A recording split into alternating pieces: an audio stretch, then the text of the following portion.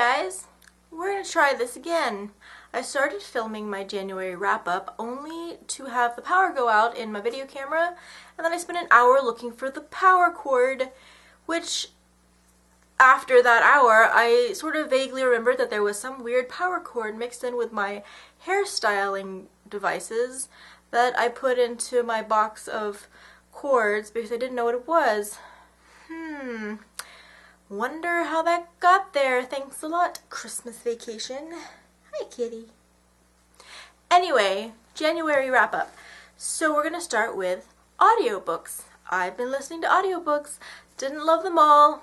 Trying to like them more, but give you what I got. So first we have Promise of Blood, which is the first in the Powder Mage series, trilogy, not sure. Anyway, Promise of Blood is about this general who stages a coup on his kingdom, and this is not a spoiler because literally he's sitting in the chair of the kingdom he just took over when the story opens, so not a spoiler. Anyway, a coup, and having done that, he finds out all these different things about why he should not have done that. And there are gods, and there's magic, and it's like the magic of the privileged, which are the regular sorcerers, versus the magic of the powder mages, who are military folk. Military mages, basically. And then there are the Nacht, who are people with specific talents, and yeah, Promise of Blood. I wish I could say I liked it better. Didn't really. I was a little bored. But I find it really weird because I have heard so many good things about this book and I just didn't care for it. So I don't know if it's because I was listening to it on an audiobook, which is not a typical format for me, or what it is. This week, oops. on pay-per-view. That was my TV.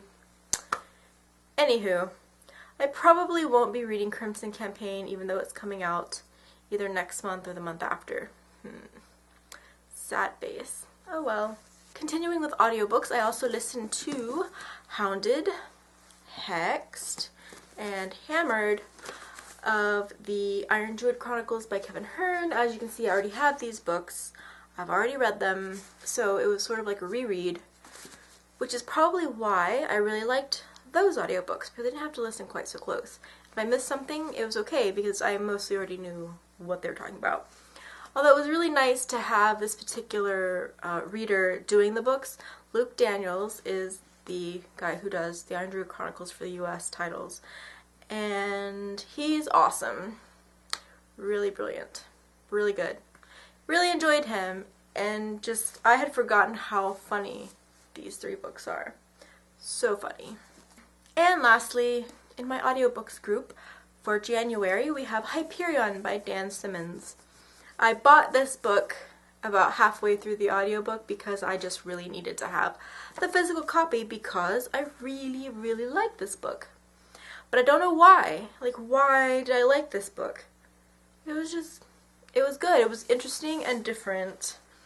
And it's about these 7 people who are going on a pilgrimage to the Shrike Temple. The Shrike is this metal, scary creature here. So they're going to ask the requests of the Shrike. So, in theory, he'll grant one of them and kill everybody else. Dunno. I wouldn't want to go on that pilgrimage. But each person's story is related somehow to Hyperion or the Shrike, so that's how they all ended up getting gathered together. And yeah, good stuff. I was interested.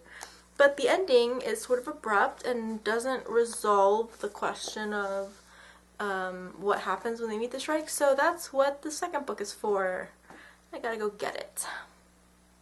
Okay, quickly go through the manga for January. We have Natsume's Book of Friends number 15, which I believe I've already gone over. The story in this one was okay, not my favorite story, but the short story in the back about Natsume's parents is adorable. Also, Natori is a shady dude. Don't like him much.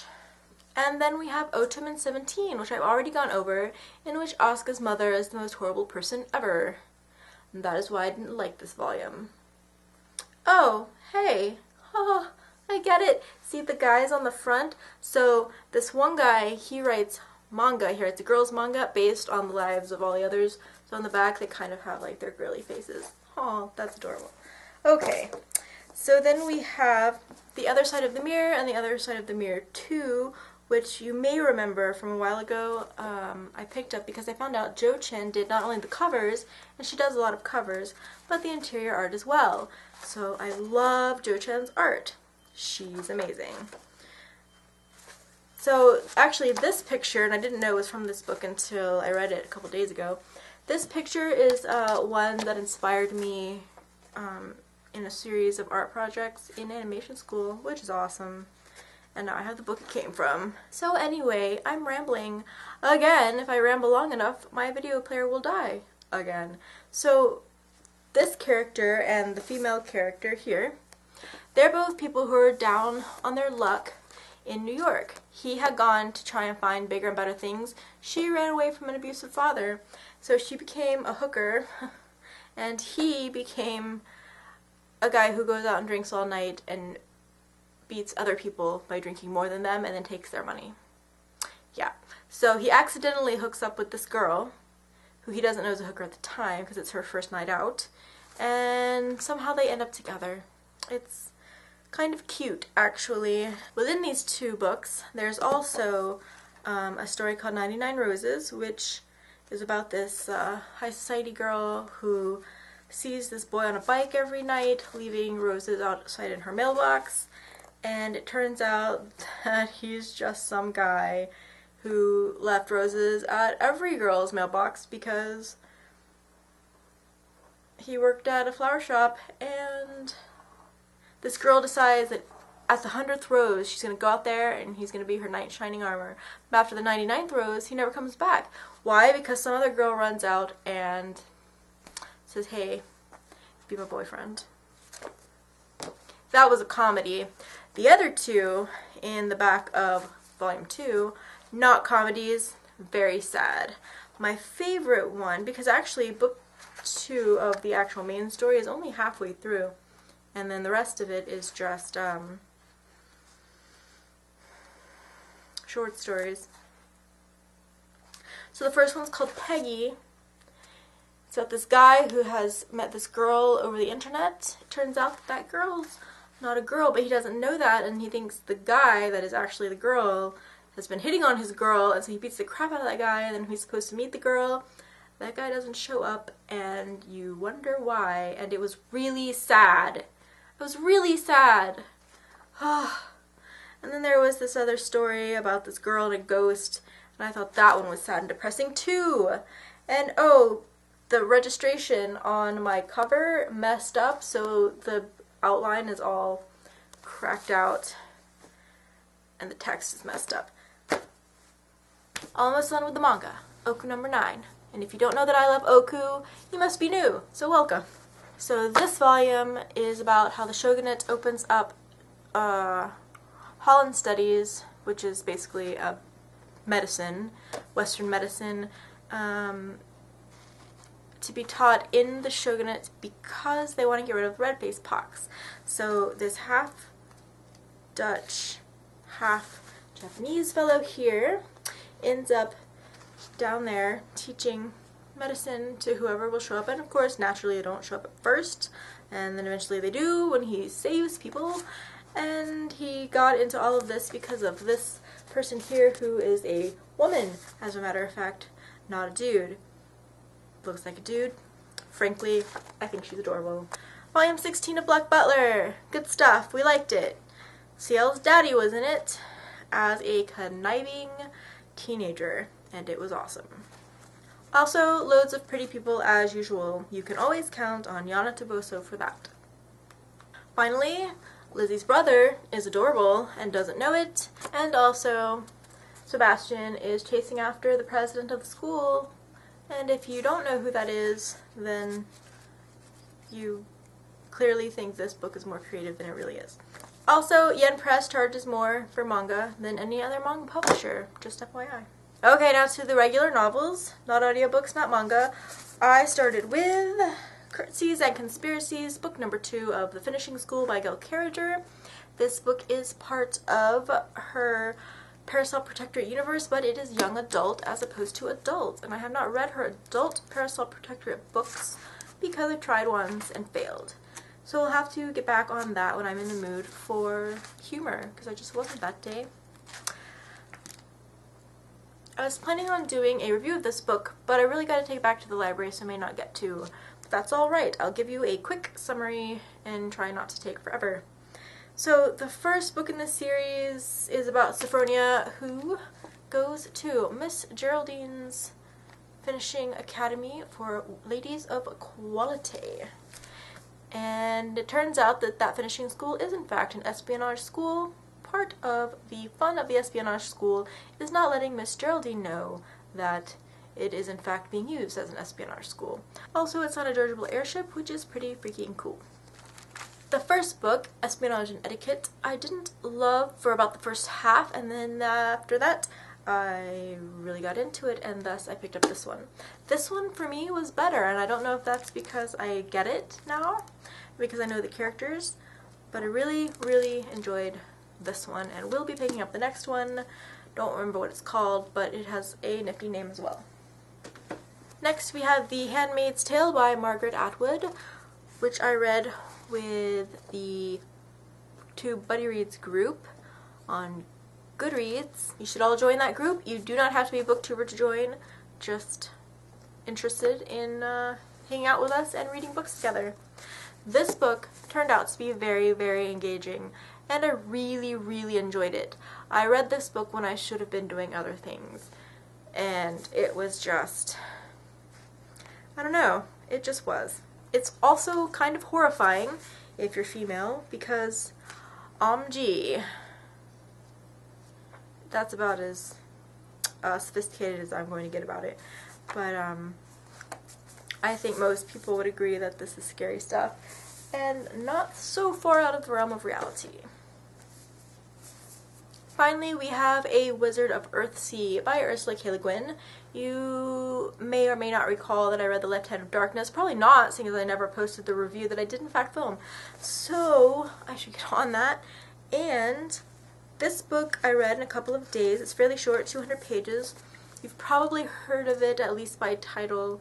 There was a Miyazaki film of the same title as well, though it had nothing to do with this.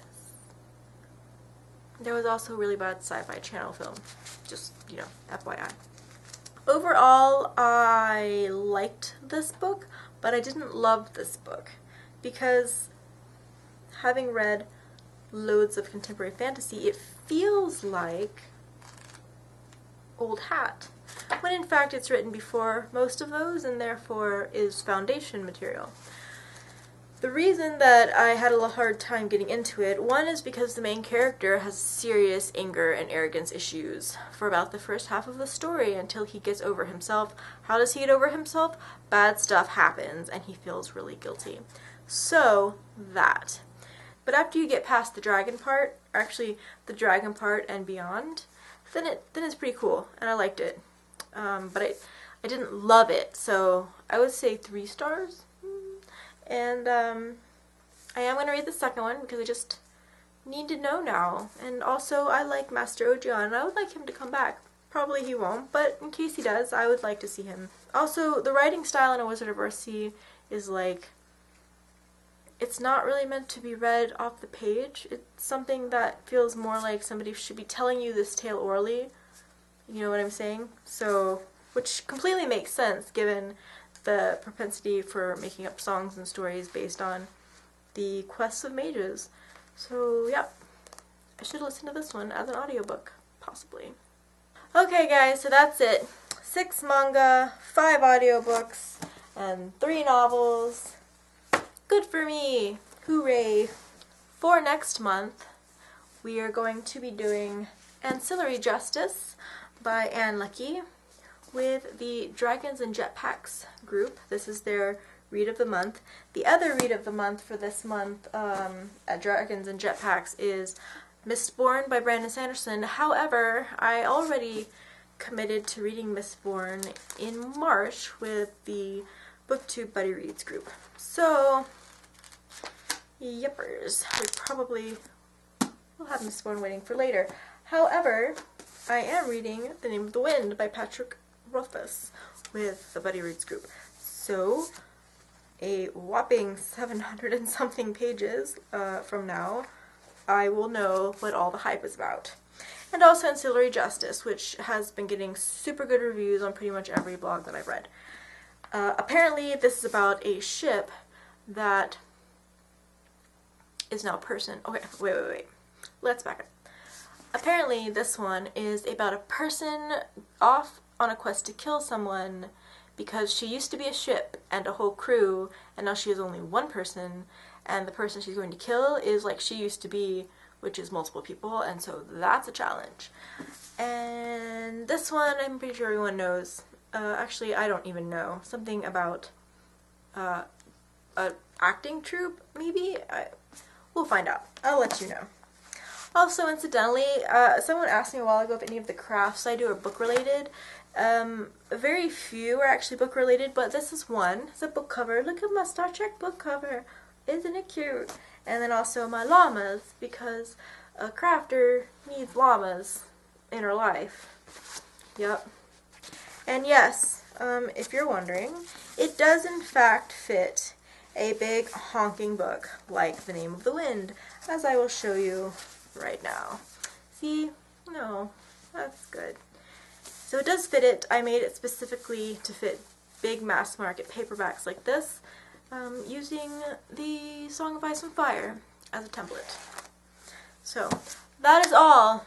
I think I rambled loads, so sorry. That's my TBR, the only two that are specifically on my TBR for next month. I'm sure I'll get to something else. I've got lots of books for my haul. I just have to wait until Friday because I might be having something else come in. So, okay guys, see ya, bye.